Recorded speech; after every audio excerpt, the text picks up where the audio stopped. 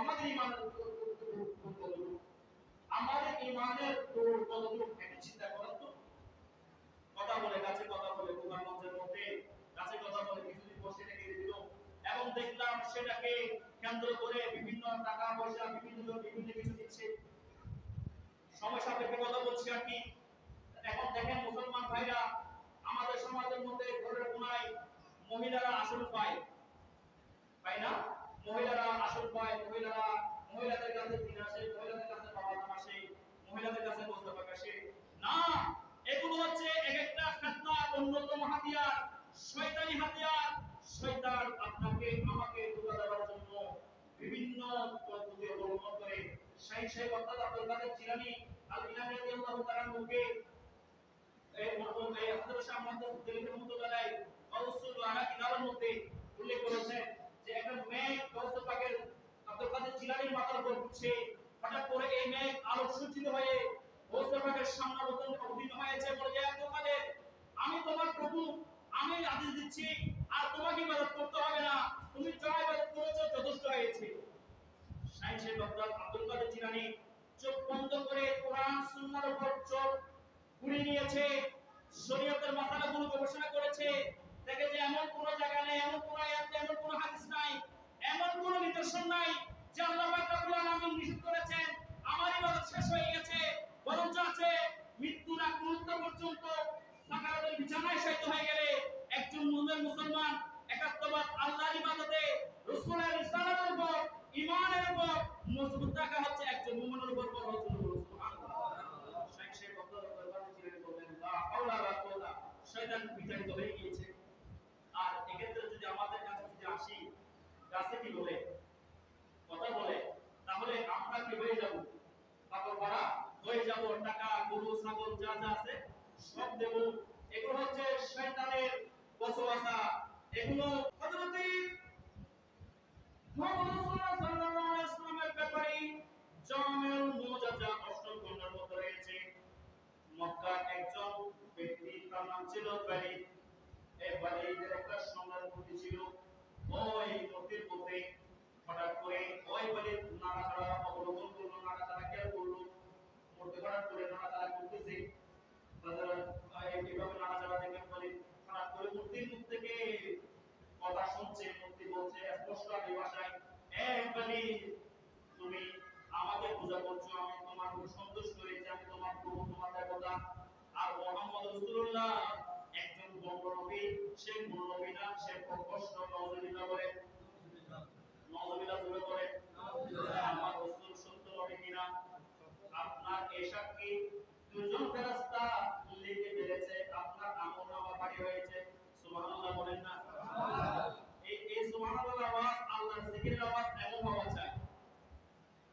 হযরতে আমার রাসূলের ব্যাপারে যখন এইভাবে ঘোষণা হচ্ছে, এই ওয়ালিদ খুশি হয়ে গিয়ে মক্কার মধ্যে এলান করে দিল, এই মক্কাবাসীরা শোনো শোনো শোনো, আমার দেবতা আমার সঙ্গে কথা বলেছে, আমার দেবতা আমার সঙ্গে কথা বলেছে মুহাম্মদ রাসূলুল্লাহর ব্যাপারে, সে সাক্ষী দেশে বলল, নাউযুবিল্লাহ বলবেন না? ওয়ালিদের ঘরের মধ্যে মানুষজনের জমায়েত হয়ে গেল। জমায়েত মানুষের সামনে ওয়ালিদ প্রশ্ন করে, ও আমার দেবতা মুহাম্মদের ব্যাপারে বলুন, ওই কথাটি রিপিট করছে, মূর্তি কথা রিপিট করছে, সবাই খুশি। আর এদিকে আমার রাসূলের দরবারের মধ্যে খবর পৌঁছে, দরবারে মুস্তাফা, ইয়া রাসূলুল্লাহ, ওয়ালিদের মূর্তি কথা বলে আপনার ব্যাপারে মিথ্যা সাক্ষী দেয়। আর ওয়ালিদ এই বিষয়ে মানুষকে জমায়েত করে মানুষকে সেটা শোনায়। তখন আমার রাসূল কি করলেন? মুনাজারে গেলেন, সাহাবায়ে কেরামকে নিয়ে গেলেন। আমার রাসূল যখন গেলেন, মূর্তির জবান থেকে বের হয়ে গেল, আসসালাতু ওয়াসসালামু আলাইকা সাইয়্যিদি ইয়া রাসূলুল্লাহ, সুবহানাল্লাহ। বলেন যে ও মক্কাবাসীরা, শোনো শোনো, যে নবী আসছেন উনি হচ্ছেন সত্য নবী, আল্লাহর প্রেরিত রাসূল, শেষ নবী। ওনার পরে আর কোন নবী আসবে না, উনি আখেরি নবী, উনি আল্লাহর প্রেরিত রাসূল। ওনার প্রতি আমি ঈমান এনেছি, তোমরা ঈমান এনেছো। এই বৈশ্বিক যত মূর্তি আছে সবগুলো ভ্রান্ত, সবগুলো ভ্রান্ত। আমার রাসূলের হাতে ঈমান আনায় অনেক মানুষ মুসলমান হয়ে গেছে। এটা আমার রাসূলের বড় মর্যাদা, আমার রাসূলের বড় মর্যাদা, আমার রাসূলের অনেক বড় মর্যাদা প্রকাশিত হয়ে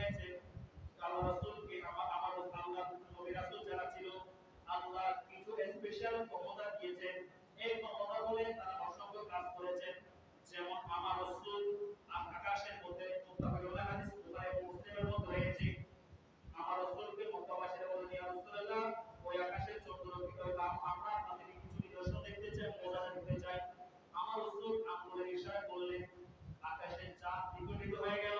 অন্য বর্ণনায় এসেছে হাবিব ইয়ামনি ইয়ামানের বাদশাকে আবু জেহেল মিথ্যা খবর দিয়েছে, মিথ্যা খবর পৌঁছিয়েছে আমার রাসূলের ব্যাপারে, বলেছে ওনার ব্যাপারে, আপনার ধর্মের ব্যাপারে মুহাম্মদ রাসূলুল্লাহ দৃষ্টিভঙ্গি হচ্ছে একেবারে নিকৃষ্ট দৃষ্টিভঙ্গি। আপনি মুহাম্মদ রাসূলুল্লাহর ব্যাপারে একটা কিনেন, একটা ব্যবস্থা নেন। হাবিব ইয়ামনি মক্কায় আসলো, দুইটা চেয়ার দিল, একটা হাবিব ইয়ামনির জন্য, একটা আবু জেহেলের জন্য। আমার রাসূল কারীম সাল্লাল্লাহু আলাইহি ওয়াসাল্লাম বলে যায় রাসূল মুহাম্মদ যখন আসবে কোনো চেয়ার দেওয়া হবে না, দাঁড়িয়ে থাকবে। আমার রাসূল যখন ঢুকেছে আমার রাসূলের আরেকটা বড় মর্যাদা প্রকাশ হয়েছে। আবু জেহেল দেখলো আমার রাসূলের পিছনে একটা ভাগ হয়ে আছে, আর আবু জেহেল দেরি করলো না, ও আপনি দাঁড়িয়ে গিয়েছে। আর আবু জেহেলের ওই সিটটা আমার রাসূলকে আল্লাহ ব্যবস্থা করে দিয়েছেন বসার জন্য। সুবহানাল্লাহ বলুন। আর হাবিব ইয়ামনি মুহাম্মদ প্রশ্ন করলেন, আকাশে তো আকাশের মধ্যে জাদু চলে না, আকাশে কি চলে না, জাদু চলে না? মনে মনে প্রশ্ন হচ্ছে, আপনি যদি সত্যি নবী হয়ে থাকেন তাহলে ওই আকাশের চন্দ্রকে দ্বিগুণ দেবে করান।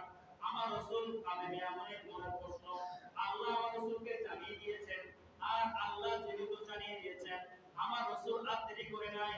হাবিব ইয়ামনির মনের প্রশ্নটা আমার রাসূল আঙ্গুল দিয়ে ইশারা করেছেন, আকাশের চাঁদ দ্বিগুণ হয়ে গিয়েছে। সুবহানাল্লাহ। আমার রাসূলের মুজিজা এটা, আমার রাসূল যা করেছেন তা সত্য। আমাদের বিবেক দিয়ে আমাদের চিন্তা দিয়ে আমরা ভুল করতে পারবো না। আমার রাসূলকে সেজন্য বলেছেন ওয়া আরসালনাকা ইল্লা রাহমাতাল লিল আলামিন, সমগ্র জগতের রহমত। চন্দ্র তো একটা জগৎ, সেই চন্দ্র রাসূলের ইশারায় ঘুরে, রাসূলের ইশারায়, রাসূলের ইত্তেবা করে। আর মুমিন আমরা মানুষ হয়ে রাসূলকে চিনি নাই, রাসূলের বিরোধিতা আমরা করি। সর্বোচ্চ ঈমান আল্লাহর পরে যাকে বেশি মহব্বত করতে হবে সার্বিকভাবে তিনি হচ্ছেন আমার রাসূল মুহাম্মদ রাসূলুল্লাহ সাল্লাল্লাহু আলাইহি ওয়াসাল্লাম। ওই মায়েদের মধ্যে কালিমা পড়েছে, রাসূলের সামনে দিয়েছে, ওদের মধ্যে আসলো, দেখলো ওদের মধ্যে একটা জিন্নাত দাঁড়িয়ে আছে, হাতের মধ্যে তরবারি, রক্ত করছে। ওই জিন্নাতকে আমার রাসূল জিজ্ঞেস করলেন, তুমি কে? বলছে ইয়া রাসূলুল্লাহ আমি তো জিন, আমি এই জবের উপরে বসে থাকি, কিছুদিনের জন্য আমি অন্যত্রায় গিয়েছি। ওই পাহাড়ের পিছনের পাহাড়ের একজন বদমাশ জিন আছে, কাফির জিন আছে, সে ওলিদের মূর্তির মধ্যে প্রবেশ করেছে, প্রবেশ করে আপনার ব্যাপারে যা তা বলেছেন। আর এই কাজ যখন করেছে, আমি যখন ফিরে এসেছি আমার ছেলে মেয়ে স্ত্রী পুত্র কান্নাকাটি শুরু করে দিয়েছে আপনার মহব্বতে। ইয়া রাসূলুল্লাহ আমি আর দেরি করি নাই, আমি ওই কাফির জিনকে হত্যা করে মেরে ফেলে আমি ওই ওলিদের মূর্তির মধ্যে প্রবেশ করে আপনি নবীর নবুয়তের সাক্ষ্য দিয়েছি। সুবহানাল্লাহ। তাইলে জিন জাতিরাও রাসূলের ইত্তেবা করে এই ফিতনা প্রচলনে এই হাদিসটা বললাম, এই মজাদার কথা বললাম, রাসূলের ইত্তেবার উপর আপনারা উঠে থাকবে।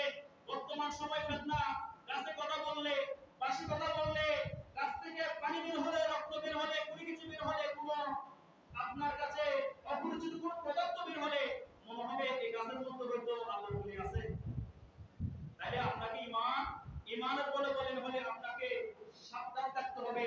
আপনি মুমিন মুসলমান হিসাবে আপনি কখনো ভ্রান্ততার মধ্যে, প্রস্তুততার মধ্যে আপনি নিয়োজিত হতে পারবেন না।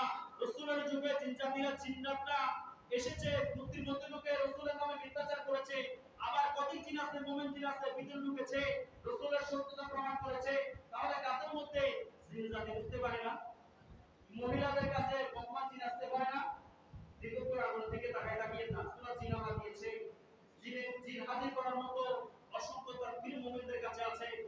বদমাশ জিনকে কাবু করার মতো অসংখ্য তাকবীর কাফের মুশরিকদের কাছে আছে।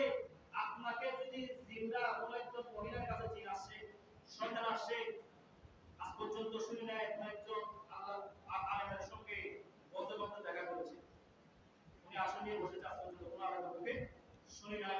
আহলে সুন্নাহ ওয়াল জামাতের কোনো আলেমের সঙ্গে, হকপন্থী কোনো আলেমের সঙ্গে এই সমস্ত বিষয়ের ন্যূনতম সম্পর্ক নাই। শুনি যে তাদেরকে যে সমস্ত মেয়ে মা বাবার কথা তারা পালাই গিয়েছে,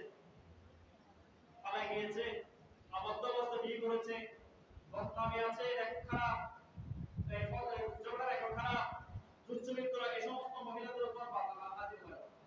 বারবার আমরা আল্লাহর ওলিদের মহব্বত করি, ওলি কেরামের মহব্বত আমরা মহব্বত পালন করি।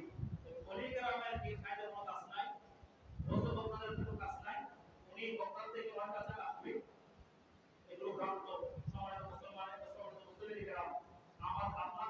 বিনয় শুরু করি এই সমস্ত আশেপাশে যদি দুই এবং মহিলা এই ধরনের কাজ করে নিজের পরিবারকে